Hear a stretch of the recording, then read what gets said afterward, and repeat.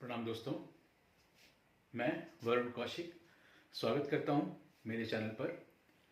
मैं आशा करता हूं मैं जो आपके साथ वीडियो शेयर कर रहा हूं वो आपको पसंद आ रही होंगी और मैं आगे भी ट्राई करूंगा कि ऐसी ही वीडियोस जिसमें कुछ मिस्ट्री है, जिसमें हम कुछ अनसुलझे रहस्यों को सॉल्व करने की ट्राई कर रहे हैं, मैं वो आपके साथ शेयर करता रहूँ। तो जो आज मैं वीडियो आपके साथ शेयर कर रहा हूँ एक ऐसे संत के बारे में है जिन्होंने काफ़ी सारी प्रिडिक्शन की और उनकी प्रिडिक्शन काफ़ी हद तक सही भी रही, जिनका नाम था बाबा वांगा।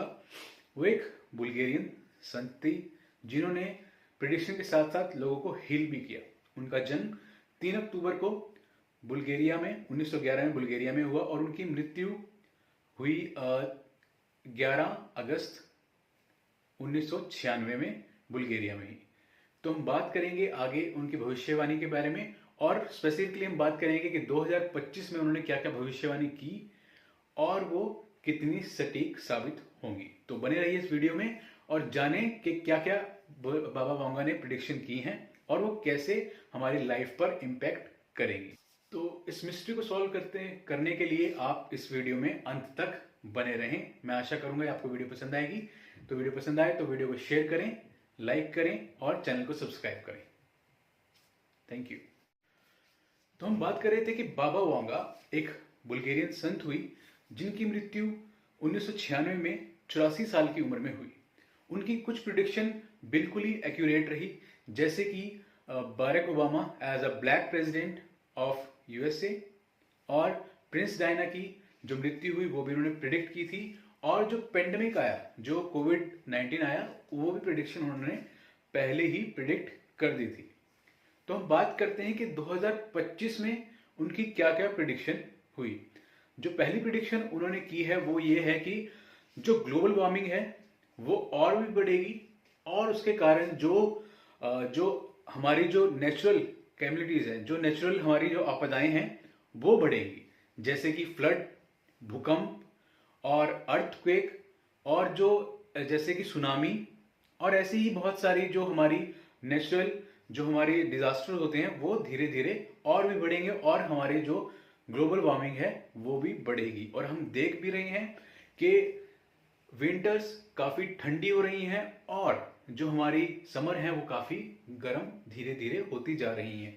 तो ये प्रिडिक्शन उन्होंने अपनी डेथ से पहले ही कर दी थी, यानी कि 1996 में जब इतनी ग्लोबल वार्मिंग थी भी नहीं, वो उन्होंने पहले ही प्रिडिक्ट कर दी थी और उससे पहले भी जिन्होंने प्रिडिक्शन की वो काफी हद तक सही भी साबित हुई हैं।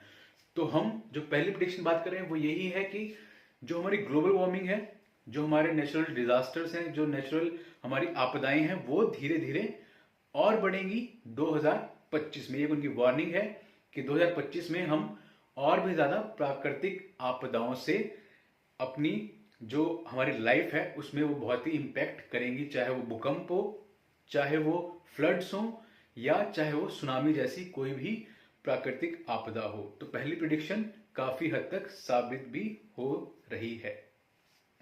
जो बाबा वांगा की सेकंड प्रिडिक्शन है 2025 के लिए वो काफी ही दिलचस्प भी है और कहें कि एक पर्टिकुलर कम्युनिटी के लिए और एक पर्टिकुलर रिलीजन के लिए उन्होंने कहा कि जो मुसलमान हैं, जो मुस्लिम्स हैं, उनकी जो एक तरह से वर्ल्ड में ताकत और भी बढ़ेगी और जो उनकी जो एक तरह से विकास है मुस्लिम्स का वो और भी बढ़ेगा और जो उनकी ताकत इन द सेंस कि जो वो आपस में एक संगठित हो जाएंगे, जो डिफरेंट मुस्लिम्स डिफरेंट वर्ल्ड में मतलब कि फैले हुए हैं, देशों में फैले हुए हैं, वो एक संगठित हो जाएंगे और वो एक ताकत के रूप में आगे बढ़कर आएंगे।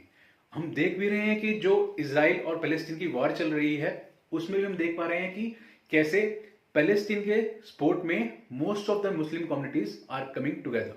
तो जो मुस्लिम कम्युनिटी है उसके बारे में बाबा वांगा ने प्रेडिक्शन की है कि वो और भी ज्यादा ताकतवर हो जाएंगे, जो मुस्लिम एक रिलीजन है, और वो एकजुट हो जाएंगे।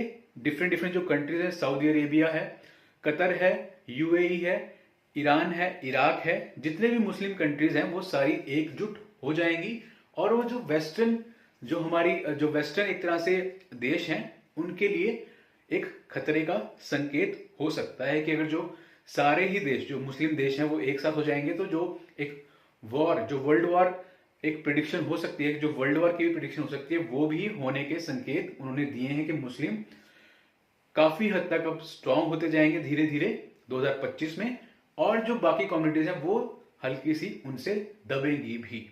तो एक इंपॉर्टेंट प्रिडिक्शन है कि 2025 मुस्लिम्स कम्युनिटी के लिए, मुस्लिम रिलीजन के लिए एक अच्छा वर्ष होने वाला है, और वो और भी ज्यादा ताकतवर हो जाएंगे इसमें, और वो एकजुट हो जाएंगे। सारे देश जो मुस्लिम देश हैं वो एकजुट होकर वेस्टर्न ताकतों का सामना करेंगे और उनको एक मुंहतोड़ जवाब भी दे सकते हैं।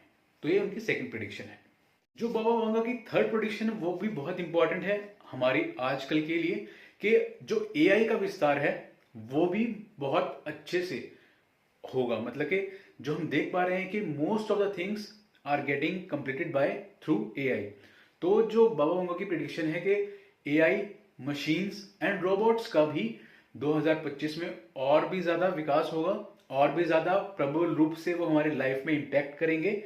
और उनकी ये प्रिडिक्शन 2024 में भी थी कि जो एआई है वो धीरे धीरे ह्यूमन बीइंग के ऊपर हावी होता जाएगा, और वो एक तरह से और भी ज्यादा हमारे लाइफ में दखल देगा, या एक तरह से हमारी जो डिपेंडेंसी होगी वो एआई पे बहुत ज्यादा बढ़ जाएगी। और हम देख भी रहे हैं, चाहे वो चैट जीपीटी हो, मशीन लर्निंग हो, या जो हम डिफरेंट आजकल नए नए टूल्स यूज कर रहे हैं एआई के थ्रू, चाहे वो किसी भी चीज के लिए हो, चाहे हम कोई खाना ऑर्डर कर रहे हैं, हम कोई चीज इन्वेंट कर रहे हैं, we can do it easily through AI. तो वो एक प्रिडिक्शन बहुत इंपॉर्टेंट है कि एआई का विस्तार और भी बढ़ेगा। एआई, मशीन्स, रोबोट हमारी लाइफ में और भी इंपैक्टफुल रहेंगे, और वो हमारी लाइफ में और भी ज्यादा एक तरह से दखल देंगे। अब ये पॉजिटिव वे में है, नेगेटिव वे में, ये हमें देखना है कि हम उन चीजों को कितना अपनी लाइफ में इन्वॉल्व होने दे रहे हैं।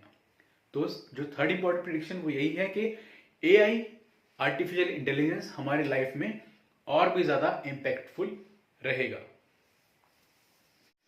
जो बाबा वांगा की फोर्थ प्रेडिक्शन है रिगार्डिंग 2025, वो ये है कि जो हमारे पेंडेमिक है, जैसे कि हमने देखा 2019 में या 20 में हमारे कोविड का विस्तार काफी रहा, और ये प्रेडिक्शन उन्होंने ऑलरेडी की थी।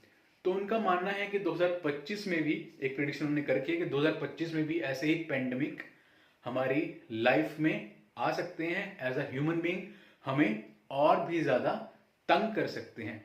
तो जो एक इंपॉर्टेंट प्रेडिक्शन वो यही है कि कोविड जैसा कोई पेंडेमिक, या उससे भी भयंकर, या उससे कुछ कम, ये हम नहीं जानते अभी, पर वो हमारी लाइफ में आ सकता है।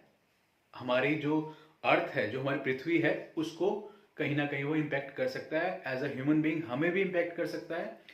तो हमें देखना होगा कि हम अपने आप को कितना स्ट्रांग रख सकते हैं इन पेंडेमिक के आने के बाद अपनी लाइफ में। तो जो फोर्थ इंपॉर्टेंट प्रेडिक्शन वो यही है कि कोविड जैसी और भी पेंडेमिक हमारी लाइफ में, या हमारे एज अ ह्यूमन बीइंग हमारी लाइफ में एंटर कर सकती हैं 2025 में। तो हमें इन प्रिडिक्शन को एज अ अंधविश्वास तो नहीं मानना चाहिए कि हम इन पे एक तरह से अंधविश्वास कर लें, पर हाँ कि हम जैसे मानते हैं कि इनकी प्रिडिक्शंस ऑलरेडी कुछ हद तक सही भी रही हैं, तो हम उनको एज अ एक खतरे की घंटी मानकर अपनी लाइफ में ले सकते हैं। तो हम अपने आप को और स्ट्रांग बनाएं, हम योगा करें, हम अपनी फिजिकल हेल्थ का और ज्यादा ख्याल रखें, अपनी मेंटल हेल्थ का ख्याल रखें, ताकि हम इन चीजों से स्ट्रांगली फाइट कर सकें। तो जो फोर्थ इंपॉर्टेंट प्रेडिक्शन वो यही है कि पेंडेमिक आ सकता है, तो हमें देखना है कि हम उस पर कितने जोर से प्रहार कर सकते हैं और कैसे हम उनसे लड़ सकते हैं। तो अपने आप को स्ट्रांग रखें, योगा, मेडिटेशन करते रहें, और अपनी मेंटल हेल्थ का भी ख्याल रखें। जो फिफ्थ और जो लास्ट प्रेडिक्शन है वो यही है कि जो मार्स है, यानी कि जो मंगल ग्रह है, उस पर हम एक कॉलोनी या एक तरह से वहां पर अपना आधिपत्य एज अ ह्यूमन बीइंग अपना एक कॉलोनी बना लेंगे। तो एक जो फिफ्थ इंपॉर्टेंट प्रेडिक्शन रही वो है कि मार्स पर इंसान अपना कदम रखेगा और वहां पर धीरे धीरे कॉलोनाइजेशन को स्थापित करने की ट्राई करेगा।